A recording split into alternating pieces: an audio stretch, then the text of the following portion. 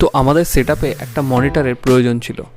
তো তখন আমরা চিন্তা করলাম যে মনিটর যখন নিতে হবে তো একটা ভালো মনিটরে নেওয়া যেতে পারে। তো Acer 240 মানে Vg240Ys এই মনিটরে নেওয়া হয়েছে। অ্যান্ড এটার সম্বন্ধে নিজের ওপিনিয়ন বললো। আমাদের সাথে একটা খারাপ ঘটনা ঘটেছে, তো কী সেই ঘটনা সেটা পুরো ভিডিও দেখলেই জানতে পারবে।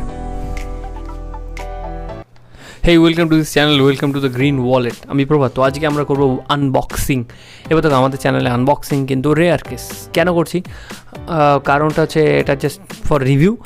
আমরা একটা ট্রেডিং সেটআপের জন্য মনিটর কিনেছি। মনিটরটা হচ্ছে Vg240Ys এসারের, ভীষণ ভালো। আমি পার্সোনালি দীর্ঘদিন ধরে ইউজ করছি। তো নতুন ভেরিয়েন্টে 12,000 টাকা দাম করেছে এবং ফিচার্স কিন্তু বেশ ভরে দিয়েছে সত্যি বলতে।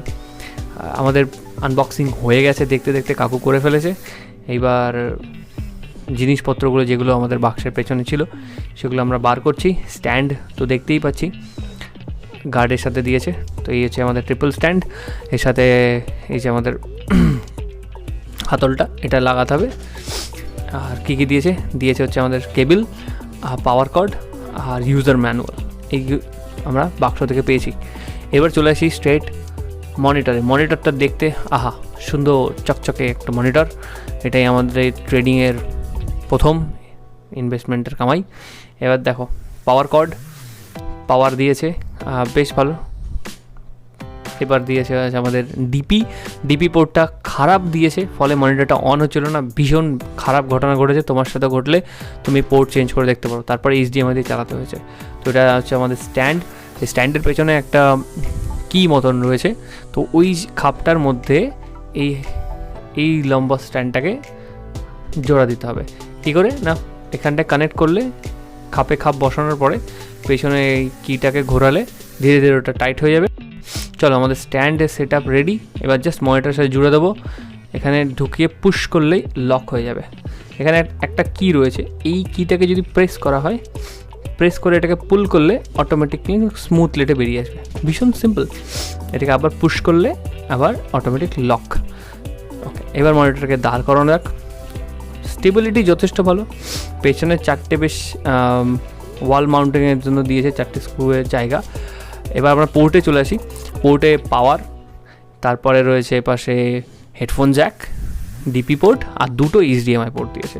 আবার আমাদের দুটো স্পিকারও রয়েছে দুপাশে। ইন্টারেস্টিং বেশ ফিচার, কিন্তু ঢালাও 12,000 টাকা অনুযায়ী।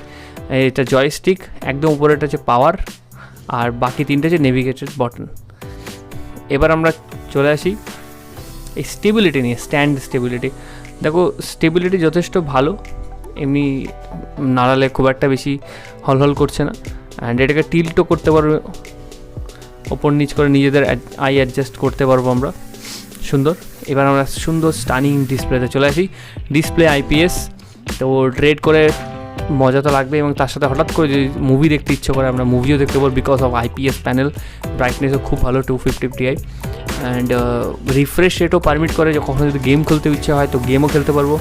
এখন অবধি রিভিউ খুব ভালো। একটাই শুধু ঘটনা বাজে ঘটেছিল, সেটা হচ্ছে যে এর সাথে আমাদের যে ডিসপ্লে পোর্ট দিয়েছিল সেই পোর্টটা খারাপ ছিল, ফলে মনিটরটা অন হচ্ছিল। তো এটাই যা, আদারওয়াইজ মনিটর খুবই ভালো। এই রেঞ্জে এর থেকে ভালো মনিটর পাওয়া খুব কঠিন। আমরা স্যাটিসফাইড। অ্যান্ড আমাদের সাথে জুড়ে থাকতে হলে অবশ্যই আমাদের চ্যানেলটিকে সাবস্ক্রাইব করো। আমরা ট্রেডিং রিলেটেড জিনিসপত্র আনতে থাকি। তোমাদের কোনো কোয়েশ্চেন্স থাকলে, কোনো ধরনের কোয়ারি থাকলে regarding setup or any educational content, বেফিকার হয়ে কমেন্ট করো। দেখা হচ্ছে নেক্সট